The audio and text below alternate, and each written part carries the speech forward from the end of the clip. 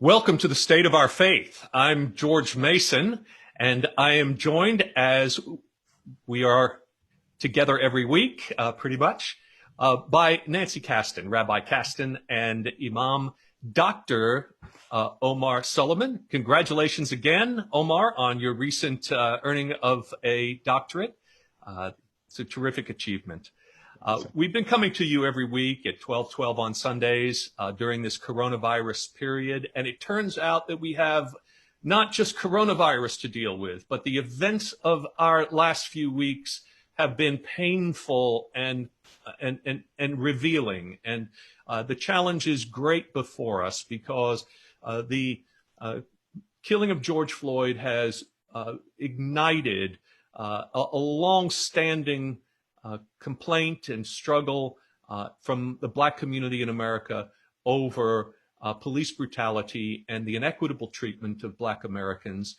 And it has led to calls for reform and change. The epitomizing phrase of this entire movement, when the question is, what do you want?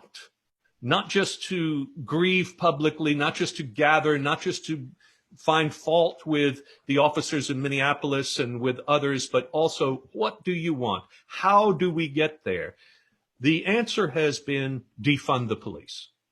The phrase defund the police has become a rallying cry for those who are in the streets, and it has given them a sense of hope and organized their protests, but it has also created an enormous amount of misunderstanding. Many people saying it's just, a really bad phrase because it distracts people from the actual meaning of it. So we need to start there, I think. And Omar, I think it would be helpful if you could help us clarify when people are saying defund the police, what is meant by that phrase? Right. So first of all, I think that, we have to take into consideration that what a reformed police department looks like is Minnesota, right? And I think that's one of the main issues that a lot of those that are calling for defunding the police are pointing to, is that this is what a reformed police department looks like. Yet this is the department where not just George Floyd came out of, but Philando Castile and other situations. So defund the police does not mean dismantling the police. It means not overfunding the police. So there still is a sense of policing that is present, but it is to capitalize on the moment to dramatically reimagine, right? Drastically reimagine what security and protection looks like in society. And so it's not dismantle the police, it's defund the police. And that means redistributing much of the city budget towards investing in the same communities that are over-policed. It also means not taking away your 911 call, but redirecting our 911 calls as well. And I think that that's probably one of the main misconceptions that people have about this movement, is that it's saying that I can't call 911 when I feel like I'm in a violent situation right now. That's not the case. In fact, what it is saying is that everyone should still have their 911 call. But who responds to a 911 call when there is, someone with a mental health issue, that's in a self-compromising situation, right? Should a mental health professional be dispatched, or should an armed officer be dispatched? Who responds to a 911 call in many of these situations where, with Tatiana Jefferson in Fort Worth, it was a call to, what do they call those phone calls? There was a phone call that was made. Neighborhood watch type thing. Yeah. Something within the Samaritan call. The Good Right. Samaritan call. A Samaritan call. Yeah. So, so technically speaking, someone sees her door open. She was trying to get fresh air while playing, video games with her nephew. Should an armed officer respond to that call? Right. So I think that it's also redirecting the 911 call. And I'll be very honest with you, in many communities, and I will include the Muslim community within this, when they're even in situations, and this just shows you the trauma that's been caused by the way that police have handled situations. When there's a domestic violence situation, you have a victim that doesn't want to call the cops because they feel like the cops will make it tremendously worse when they show up. And so it's reimagining policing, redistributing the city budget to invest in the communities that have been over-policed.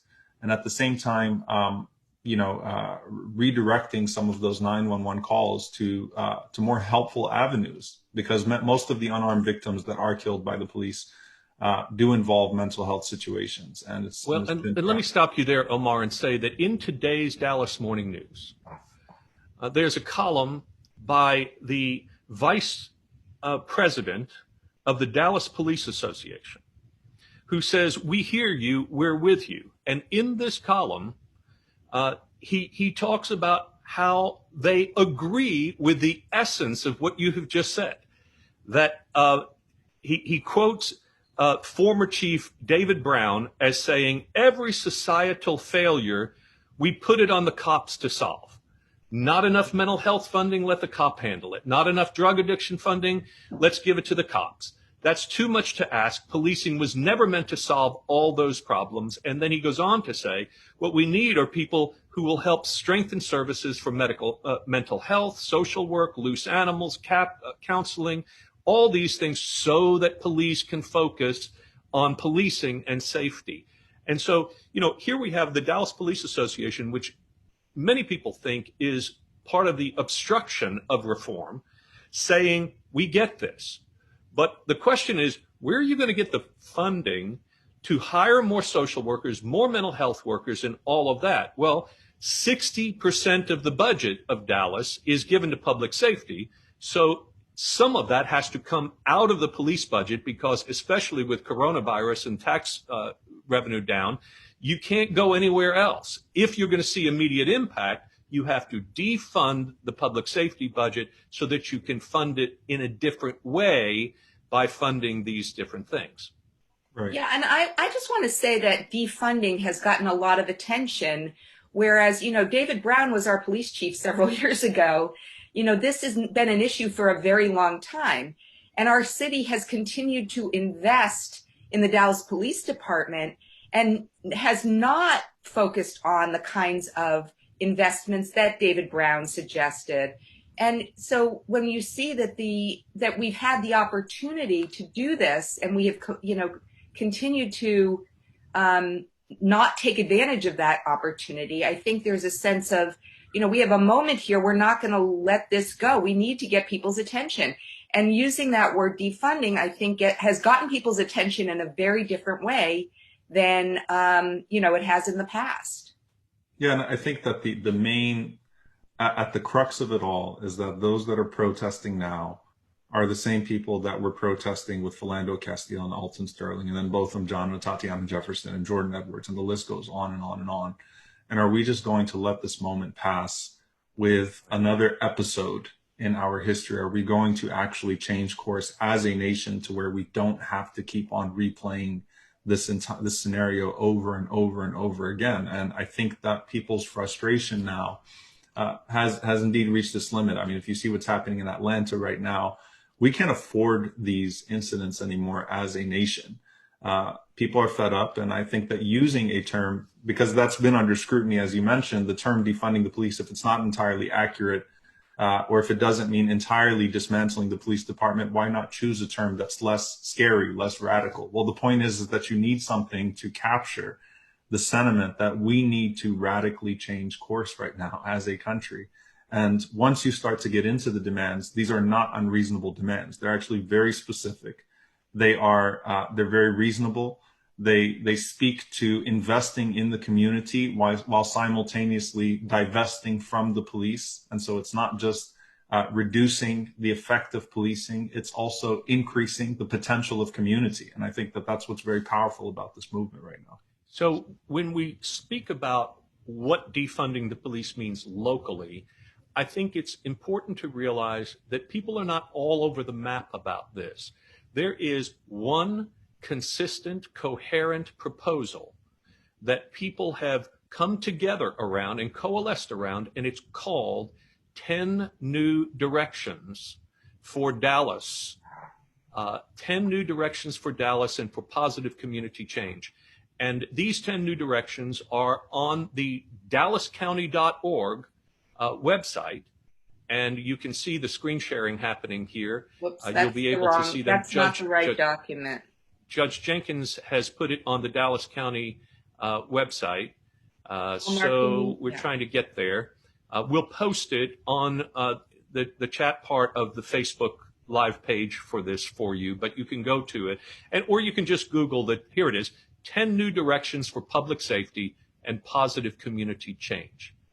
Nancy, why don't you take us through them quickly so that we can see what is being advocated? And I want to say these are being brought to the attention of the mayor, the city council, the city manager, the city commissioner, the county commissioners, the district attorney, the chief of police.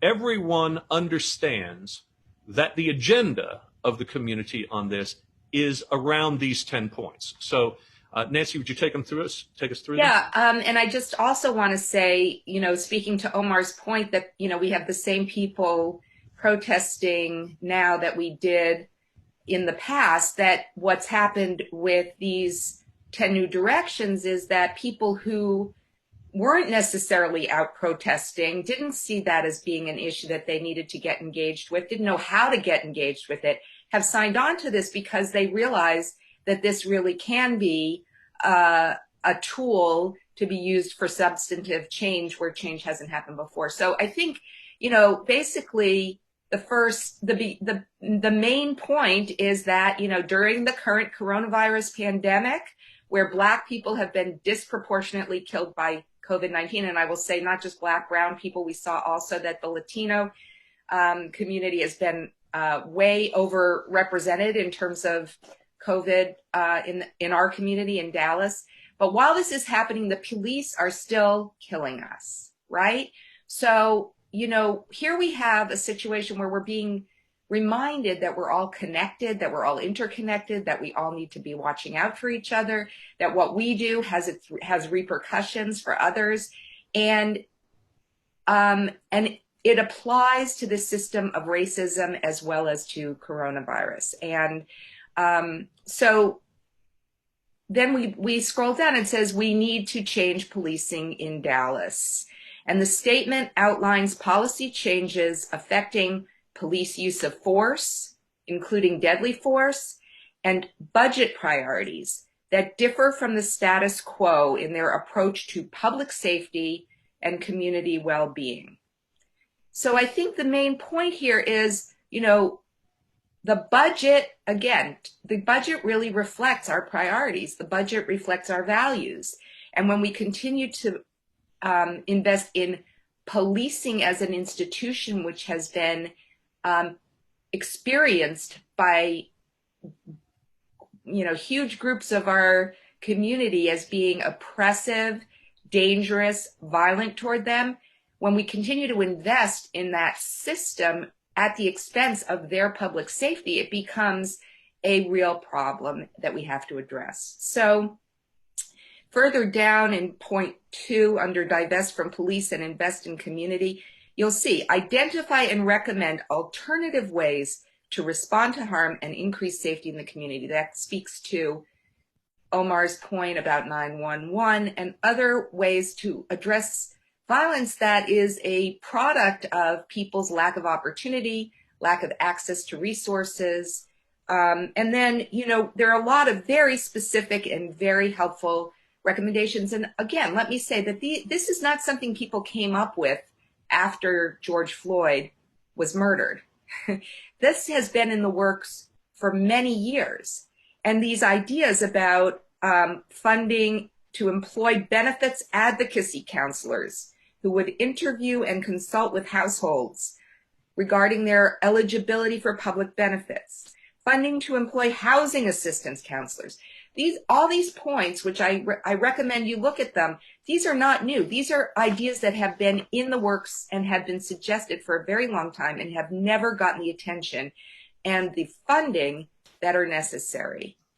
There's also a point about the ability, so many city workers who were barely subsisting have been furloughed or let go because of budget issues. And under coronavirus pandemic has caused economic distress. The city and county should train and employ workers in contact tracing. And it points out that the people who've already been vetted and have paperwork in place because they're already working for the city are the perfect people to be hired to do this contact tracing, which is so desperately needed. Continuing on point 3 here, that the county and the city should discontinue their intergovernmental service agreement with Immigration and Customs Enforcement. The integration of our police department, our public safety with ICE, with Immigration and Customs Enforcement, has created a reign of terror in the Brown community, in the community of immigrants, that we have to address. And then, so can I stop you just there, Nancy, and say, so there are 2 levels, there are 2 categories of these 10 points. You've just covered the first part of them. We're going to move to accountability measures and creating greater safety and all of that in terms of law enforcement. But if I could summarize the beginning part of that, what we're really trying to say is that we have had an approach that has felt to one part of our community that policing and investment has been our friend, and to another part of the community that it has been against it, that it has been like an enemy that has been holding back an entire community, that has been focused on actually criminalizing neighborhoods and individuals. And these policy changes that we're talking about are intended to humanize our budget, to humanize our communities, to elevate people to a level of respect and a feeling of participation that goes from North Dallas to South Dallas and back, across the Trinity River, across I-30. When you have 85% of the tax base in a city located north of I-30, you know there is a distortion involved in all of this. And the question is, how are we going to balance our city so that people can have a sense of full participation? These are intended to drive toward that point. So just as a summary of that first part, and then we move toward policing. Right. Well, I think that's really, really important to point out. And, again, the willingness to use military style tactics to fight crime in certain neighborhoods is an indication of how people have been, criminalized and made into an enemy of the people simply by living in certain neighborhoods where they've been forced to live in, frankly. So, and then we come to, accountability measures. Again, these accountability measures are not new. And some of them, as, Omar mentioned before, these are things that other police departments have employed, but we have not to date. And this is, maybe it's a big step, but a start in some ways. So just to adopt specific policies restricting the use of deadly force, expecting that deadly force will only be used in certain kinds of circumstances, and then it comes to culling the police department. We're very concerned that we don't have enough police. But we also have to be concerned that the people who are currently serving on the police force, most of whom really are wonderful people who are trying to protect public safety, or we're going to assume that they are. But some of them, we don't know how many because we don't track it, have track records of violence, have track records of using deadly force, have track records of actually fatally shooting and killing residents of Dallas. And we haven't kept track of that. We have no data on that because it's not been reviewed. And so, part of this accountability that we're asking for, that those who are signing on to these principles are asking for, is to really create credibility within the department that exists now, in addition to trying to, if we're going to try to expand it, then expand it with people who've been vetted, who aren't coming from other police departments where they've had other track records of violence or misconduct. These are just basic ideas about accountability that have not been employed yet in the Dallas Police Department. Omar, I think it's important for people to hear the protesters, the people in the Black community who are crying out and using a phrase like defund the police, who are in the streets every day, who are saying things have to change.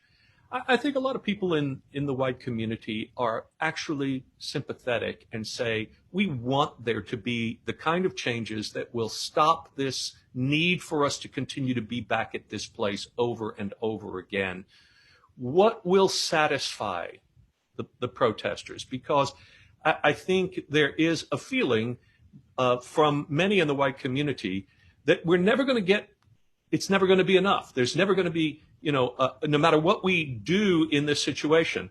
And I think, it's probably helpful if you could articulate this sense of that we're moving to a new level of concern here, that we've had plenty of changes in law, but it hasn't really changed the culture, and it hasn't changed the way we treat one another and the way we implement the law. So can you say, here's where we're headed, and yes, this will bring about the kind of changes that we hope for? Yeah, so I think that in the past, protesters might have been willing to settle for less. I'm being very honest if I'm reading Sure. those protests properly. And we saw that, for example, in the wake of the Botham Jean murder, when we had received the news that Amber Geiger would be charged, there wasn't a sense of joy, but there was a sense of, okay, well, things are going to change. Then the next day, when the sentencing was unsatisfactory, I think it re-triggered many people in the community. So for many of those that are protesting, it has been a matter of seeking justice in that case and then setting precedent with that case. But when you have organizations like Mothers Against Police Brutality that have been working through this list to say, listen, we don't have to continue to find ourselves in this situation over and over again. And this is what it looks like to reimagine policing altogether. I think that a lot of people are now lined up behind these demands in a non-negotiable sense. And what I mean by that is that, we have to understand that when people have sought justice in the past for their families, they have been dismissed in ways that I think were dismissive of the entire community. And so at this point now, when you're seeking the end of qualified immunity and when you're seeking, for cops on the Brady list to be fired, and that sounds like, well, you're going to have a bunch of people that are unemployed. Well, guess what? Everyone is facing rising rates of unemployment right now. And in the Black community in particular, where you've had people that have, suffered under systemic racism, and because of, the smallest violations that took place in a person's teen years, they're unable to find jobs. They continue to suffer due to the same cycle that's been created by systemic racism. When you put forth the demand, like firing cops that have, and we're not even talking about 17 previous violations like the officer in Minnesota, but that have a record of violence, and removing them from the force. And the response that you get is, we don't have the technology for that, but we do have the technology to track people in the community and to continue to put them through the same suffering over and over again under systemic racism. That's just not satisfactory anymore. So the community is really lined up behind very specific demands this time. And that means federal legislation, and then getting the Dallas Police Department, which even lags behind the Minnesota Police Department, to start to adopt some of these or all of these very specific asks, so that we don't have to continue to be in this cycle over and over again. Nancy, what can people do? Well, I mean, most immediately, if people are not aware, we have a conversation going on in our city council right now about the budget shortfall and how to deploy resources for the year to create a balanced budget. And while the city manager has made a lot recommendations for addressing the violence in the police department and has a plan that is not identical, it has some of the components of these 10 principles, but not all of them. And but at the same time, the budget and the reworking of the budget is not reflecting that commitment once again. So Right. there's a budget shortfall in the DPD, and this is at a time when they've already decided to make major budget cuts to recreation, to transportation, and they are contemplating giving an additional $6.5 million to the DPD to cover overtime. But at the same time, they've reduced the funding for all of these measures that that have been outlined for increasing public safety. So we're increasing budget for policing, decreasing budget for public safety. So if you care about that, you should call or write your city council person before Wednesday when they're going to be deciding this, and let them know that you don't think we should give an additional $6.5 million after we've already given $26 million to the DPD for overtime. That we don't want to use this additional $6.5 million at this time of crisis with Corona and a budget crisis to the DPD. That would mean a lot, I think. Omar, any further comments on some of the things that have been coming out lately? We just heard this week, just yesterday, I think, that the Supreme Court of Texas has approved and given clearance to the removal of the Confederate monuments in Dallas down by City Hall at Pioneer Plaza. Any comment about that? Yeah, I think that it's important for us to recognize the possibility of progress and the fact that once the status quo is shaken up, and this is something that we've been discussing over the last few weeks, where everyone starts to feel the effects of these issues within their own proximity, then suddenly things that have been in the pipeline for years move quite rapidly. And so the Confederate monuments is a perfect example of that. You know, we've been working on that for so long here, and constantly faced obstacle after obstacle after obstacle, and look how rapidly things were able to progress in this moment. And so I think that's a sign of potential, a sign that change is on the horizon. But as we're pushing forth here, you can't solve the systemic issues within policing if you don't start to make headway into the systemic issues of poverty. And that's going to require us to rethink what we uphold culturally, socially, politically, religiously, right? And what that represents to a community, to a segment of our society that has disproportionately faced the brunt of bad policing and poverty that is clearly racialized. And so the Confederate monuments is a great example of how things can move when certain people want things to move. And so right now the streets are saying that it's unacceptable to stall on half of our demands, to only allow you to make movements on the things that you feel like will quell the unrest. The unrest has been around long before the protests. The unrest has simply been disproportionately felt by one community. So let's use this moment to change our country once and for all for good. And we'll still have to do more to be better. But this is a moment that we need to capitalize on, because the country right now is waking up to a reality that has only been felt by one segment for so long. As we come to the close, I want to say again, as we look at this issue and the many issues that you've raised about poverty as well as policing, this really is not a partisan matter. Even if your political philosophy tends toward supporting the police and toward Republicans rather than Democrats, what I want to say is think about what you really value in your political philosophy. And that is not necessarily ensuring outcomes, but ensuring opportunity. And the investment in the infrastructure and education and the kinds of things that would give people the chance then to help themselves, the things that would allow them to participate fully in the community because there was opportunity and hope in it. That goes beyond partisan politics. That's something we can all believe in together and invest in together. And ultimately, that's what we're after here, is that sense of equity that would create a more just society. So thank you again for tuning in. Thank you, Nancy and Omar, and for all of you who've been part of this. I'd like to close us in a word of prayer, if I may.